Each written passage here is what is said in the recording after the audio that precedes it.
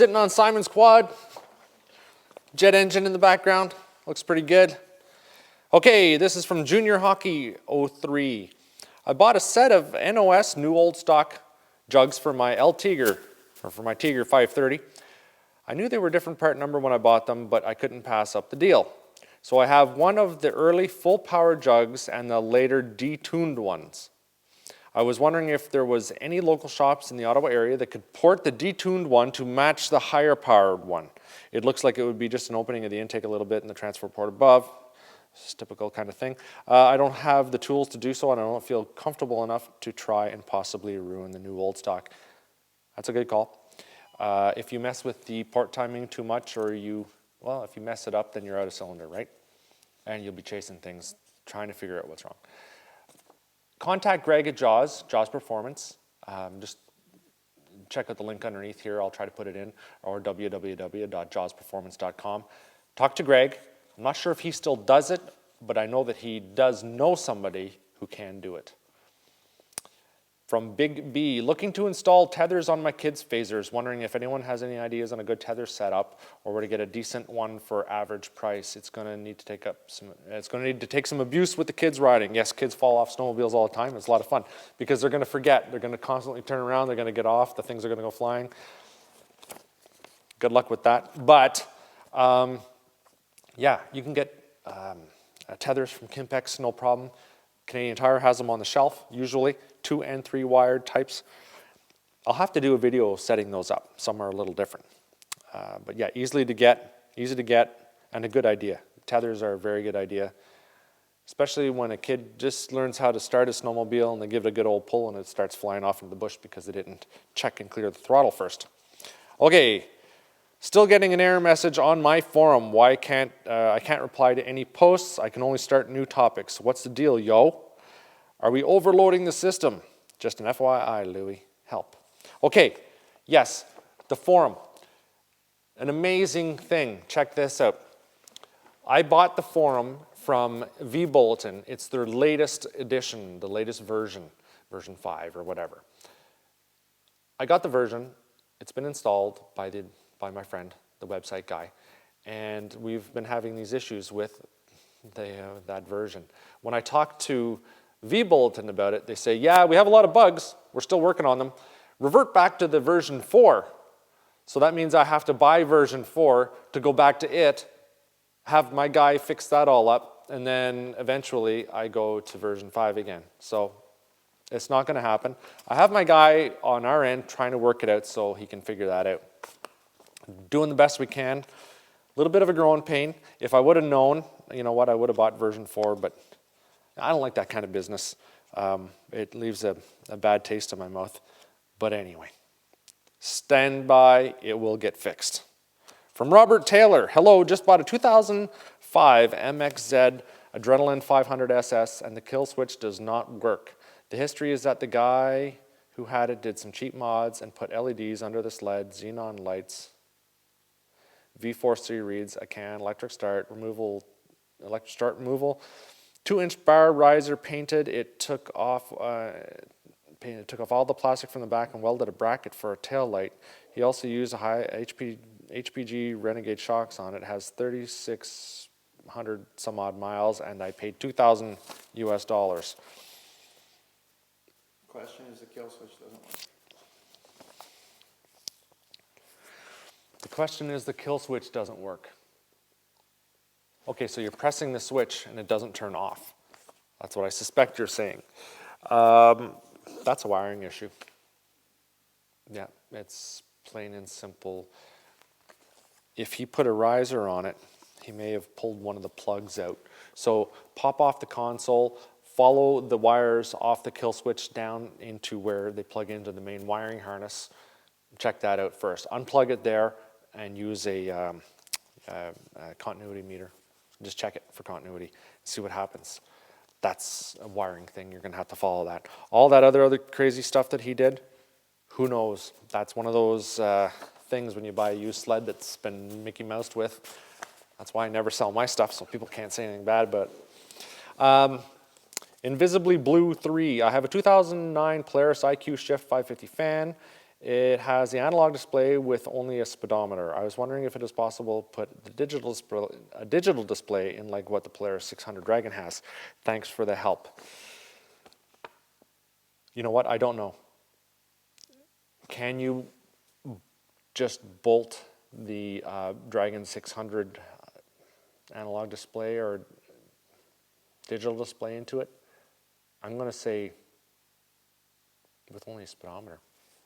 No, if it has a speedometer cable going into the back of the analog display, you're not going to be able to mix it around with the digital. It's not going to work in Visibly Blue 3. Stillman 460. Can someone tell me how to adjust my Skidoo 600 HO-SDI idle? I heard you just turn an adjustment knob, but as a new sled, I don't know where it's located. You know, I don't know much about the SDIs. I've never really been into them. But you know what? There will be a time where I probably will have one. Cook Jeremy, can you just hone the cylinder and put new stock size piston and rings in a motor like this to freshen it up, or do you have to have it bored? Motor runs great, never fouled the plug, but my preseason check of motor shows 105 PSI, and I was told 110 to 120 would be satisfactory. Weird, it runs strong, and like I said, it never blew a plug yet. Okay, I've had sleds with 150 in one cylinder and 75, or you know, that 75, that's really low. The 700 ZX chassis, was it in the ZX at that time or the Rev? I can't recall. Yeah, it had 150 on one side, 75 on the other, and it never ran better. It didn't miss a beat. The RPMs were right up there, and it was a beast the last day that I drove it. And that can sort of continue to go on, but there's a reason that they're down that low, and you know what? Yeah, you're going to have to put in, or I would suggest putting in new pistons and rings. How, you know, depends on how many kilometers are on it. Can you just hone the cylinder? The cylinders are probably nickel-sealed. I don't know what kind of machine this is. They're probably nickel-sealed. So some say you can hone them, some say that you can't. Take a look at the cylinders themselves, see if there are any cross-hatching in them. If there's cross-hatching, you're good to go. There are the little crisscross lines all the way down. Looks like somebody took a Scotch-Brite or something and scratched all the way around. That's what holds your oil on there. You need that. If they're polished right smooth, you need to have something done. You need to have them honed. Now, there's a bit of a controversy to that. Some say that you can't hone them. Some say that you just need to send them in and have them re-nickel-sealed. I would personally probably just try to hone them if I had a hone, or if I had a buddy who had a hone, and see what happens. What would a good suspension be to use in my mod 1996 XCR 400 or 440 SP? I would like a 144. Thanks, from D. Schreiber 8. Now, a good suspension to use. You know what? A good suspension to use is a lighter suspension and a cheap suspension. There are a lot of 144 takeoffs out there right now, and they're not that old, so buy the newest one you can. Go on to snowwest.com, go on to Do Talk, Backcountry Rebels, check all the forums. You're going to find a great deal on a used 144 skid, guaranteed. A lot of guys are ramping them up to 150, whatever, 163s. But get the lightest, newest one you can. Don't get back into something like an 04 and 06. No, you don't need to go back that far. You should be able to get a great suspension for about $200 to $400 if you shop around. From what model? Any model, doesn't matter. If it's a Polaris, try to find a Polaris setup if you can, something out of a newer RMK. Sitting Low 420. I would like to hear your guys' feedback regarding studs.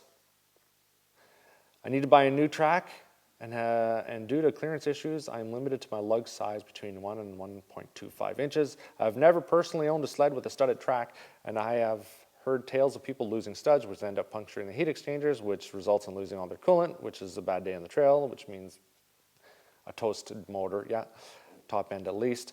I have seen numerous tracks with studs and also the holes where the studs completely rip through, which proves this theory plausible. I assume that the studs are only beneficial on ice when it comes to stopping and going. Some people say that it's a safety issue with helps stopping on ice, which makes sense.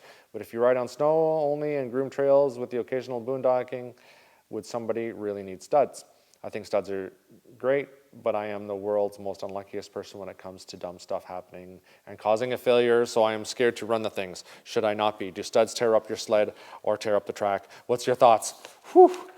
Okay, studs. I'm going to be running studs this year on our race sleds. Anything that's going to be racing on the track, or we're going to have the little snow cross track out here. It's not going to be anything crazy. They're going to have studs. Anything that we're going to be drag racing is going to have studs for acceleration. All of our powder sleds, none of them have studs. Do studs tear up coolers? Yes, they do. You can't run, you got to make sure that you have tunnel protectors in there so that if your track does get loose and it comes up in contact with your coolers, it doesn't blow a hole through them. Are studs great? Yes. They do help you accelerate and they do help you stop. But there are many, many thousands of people out there riding their sleds with no studs in them. And you know what? They can stop and they can accelerate as well. It's a personal preference kind of thing. A friend of mine had a brand new Arctic Cat. He had about 3,500, 4,000 miles on it. And he had it all studded up and he was doing over 100 miles an hour and the track blew off it. You think about, I think he had 240 or 280 studs on there. That's a lot of studs. That's a lot of weight. That's a lot of force going around there, just wanting to rip that track apart. And you know what? It succeeded. Arctic Cat said that he was supposed to replace the track every 4,000 miles or something like that when it's all studded up like that. I've never heard that before. He had never heard it before. But it does happen. Studs do fly out. Studs do go through coolers. I could point out all kinds of guys that have had that happen, and I'm sure guys are going to mention that on here. Yeah, I don't know.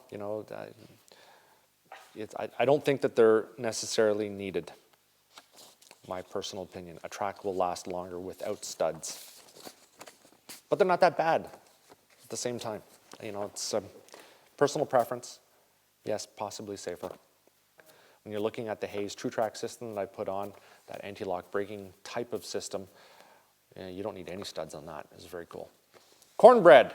I was wondering lately, I don't have much money. I'm on board with that. So I was looking at the sleds from Polaris and I saw the 124 stroke. I don't know about if it's possible to put a big bore in it. If so, how many cc's will I get out of it? This is probably a stupid question. There are no questions that are stupid. I'm the only person that asks stupid questions. I would leave that alone. I would not big bore it. From T Pro Toe, picked up a 2003 RX-1 Liquid Silver Spring Edition a couple days ago, taking the carbs apart for good cleaning before this winter. The previous owner had a hard time starting it. I noticed the pilot air screws were all turned in completely to the seat. I have a feeling this is why the starting has been affected. If the pilot jet was busted, one of the pilot jets was busted as well.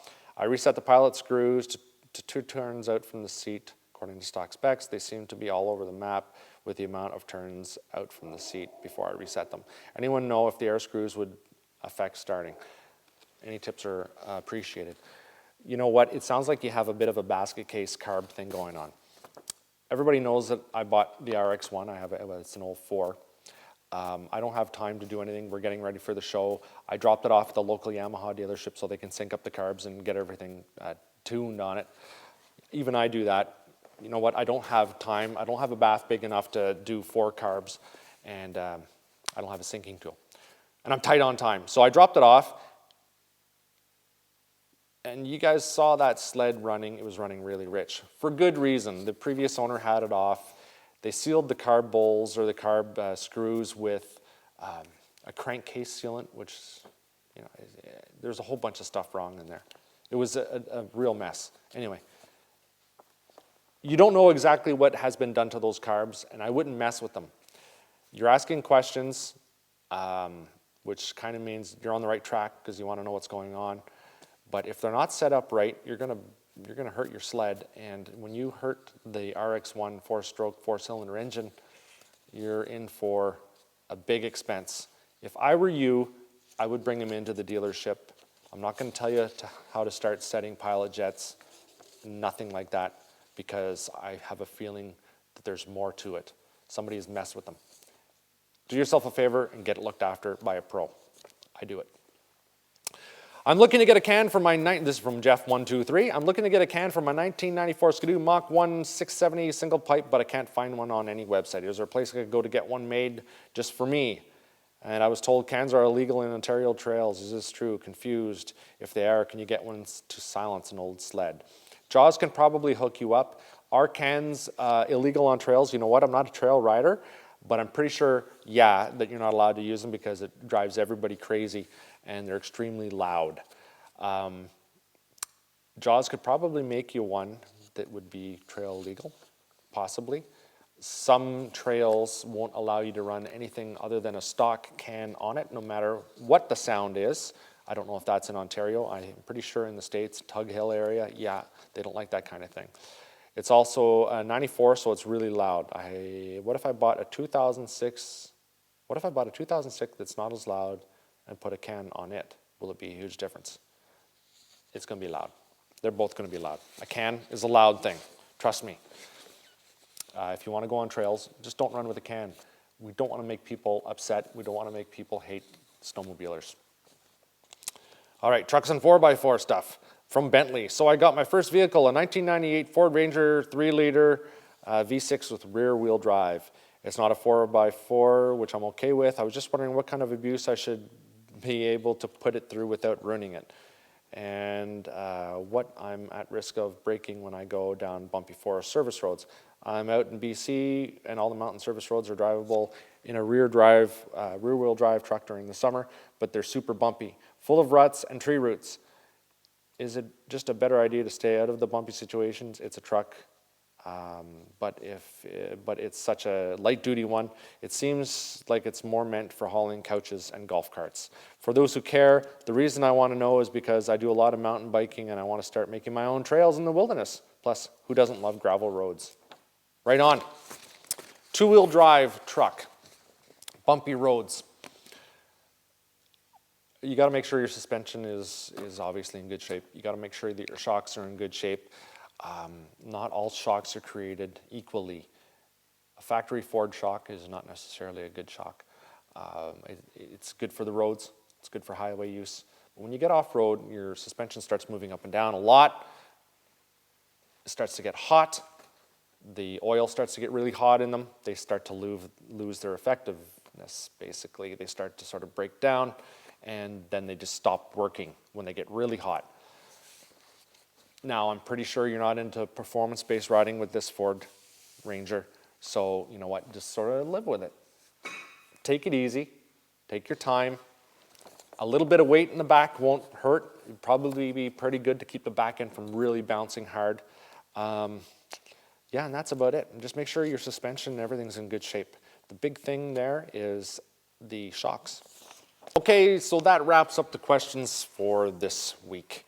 Now, these are all off my forum. Jamie put these together. Thanks very much, Jamie. He's the guy holding the camera today. I couldn't do it, well, pretty much any of this without the guys, all their help. We're having fun. So they're off the forum. So I highly recommend you go on the forum. That's where a lot of the cool stuff happens. It's easier for me to answer questions that go on the forum than it is on the YouTube itself, because it's just things are getting busy, guys. Somebody say, what did somebody say? Remember when Louis used to just work on old sleds like the MXZ and the Polaris 600 XLT? He used to just fab things up. Remember the good old days? Now he just does things for sponsors and new parts and pieces you just bolt on. Well, I responded to those. One guy said, the seat that you put on the Elan, poor quality, the plywood wasn't even treated, it wasn't pressure treated plywood, it wasn't stained or lacquered or whatever. Well, when you deal with a seat like that, I mean, we could probably, now depending on the environment you're in, the seat that I took off of that was on there for 40 years and the plywood still wasn't rotten. It had never been treated. It was in bad shape. If you seal up plywood and it gets wet, then the plywood just contains the water, especially if you paint it. Anybody who's seen a painted plywood boat, you can just take your finger and push it right through the paint one day. It just traps the moisture in, it gets wet. You don't want that to happen. Those kind of seats, those foam, number one, don't leave it outside and it won't get wet. Leave it inside if you can. But you want the plywood to be able to just wick the water away. Yeah, it's going to get wet, no problem. I have that decking on my Ford pickup. It is pressure treated, and it is heavy, heavy, heavy stuff. And when it gets wet, it really holds the water. It doesn't rot, but it just holds the water. You want the foam to be able to get rid of the water. That's why. On the old stuff, yes, I'll be getting a wedge chassis, another Polaris. Going to do a water crosser. If you think back to all the things that I've done with the Elan, I didn't build the chassis on that. I designed it. My friend built it. He welded it up. I've made the tunnel extensions and drop-down brackets on the 600 XLT. Yes, I've done all that. But you know what? I'm kind of doing what it is I want to do. I'm having fun building the sleds that I'm building right now. I've always wanted to build an IQR 800 mountain sled. I did it. You know what? I'm going to want to do a wedge chassis again, a budget build. I'm going to do that. It's just that I can't do them all at once. And if I get back into that, then somebody's going to complain that I'm not doing enough things on the newer sleds. So it's hard to keep everybody happy, but just bear in mind that I'm busy. Full-time job, kids, wife, 2 little dogs, and there's a lot going on. Just my drive here is about an hour and a half every day back and forth. So I try to do what I can. I try to keep everybody happy, but sometimes it just doesn't happen. I'm not tearing a strip off you or anything. It's just the way it is. I do what I can, boys. So I got to thank you guys again for watching, and make sure you come back. We're heading out to Boondocker in Idaho tomorrow morning. We're going to have some fun. Climbing some dunes, installing turbos in razors. It's going to be a great time. It's going to be some rock and roll, and hopefully we'll come back in one piece. Cheers. A little loud in there, eh? Well, I'm trying to figure out what's going on. The seal labyrinth isn't pressurizing and tightening that all up. Anyway, a lot of you guys, just to finish this up, a lot of guys have been asking where I get the stickers, where you get the stickers. Lad Performance, www.ladperformance.com. That's where you get all the stickers. I don't have time to put them in envelopes and send them.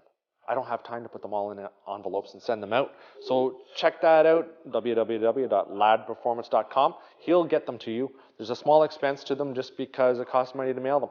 And it costs money to buy them. They're expensive stickers. And I think I go through, I don't know, 1,000 every few months. Anyway, there's that. And swag, yes, we're going to be coming out with a bunch of different shirts, PowerModz stuff, crew stuff, some more hats, some more toques or beanies. They are coming. They'll be out in time for Christmas. And there's going to be another major development announcement. I can't say what it is, but it's going to be very cool. And I'm doing this because of all you guys and all the great support I have. So stay tuned. Lots of cool stuff coming up.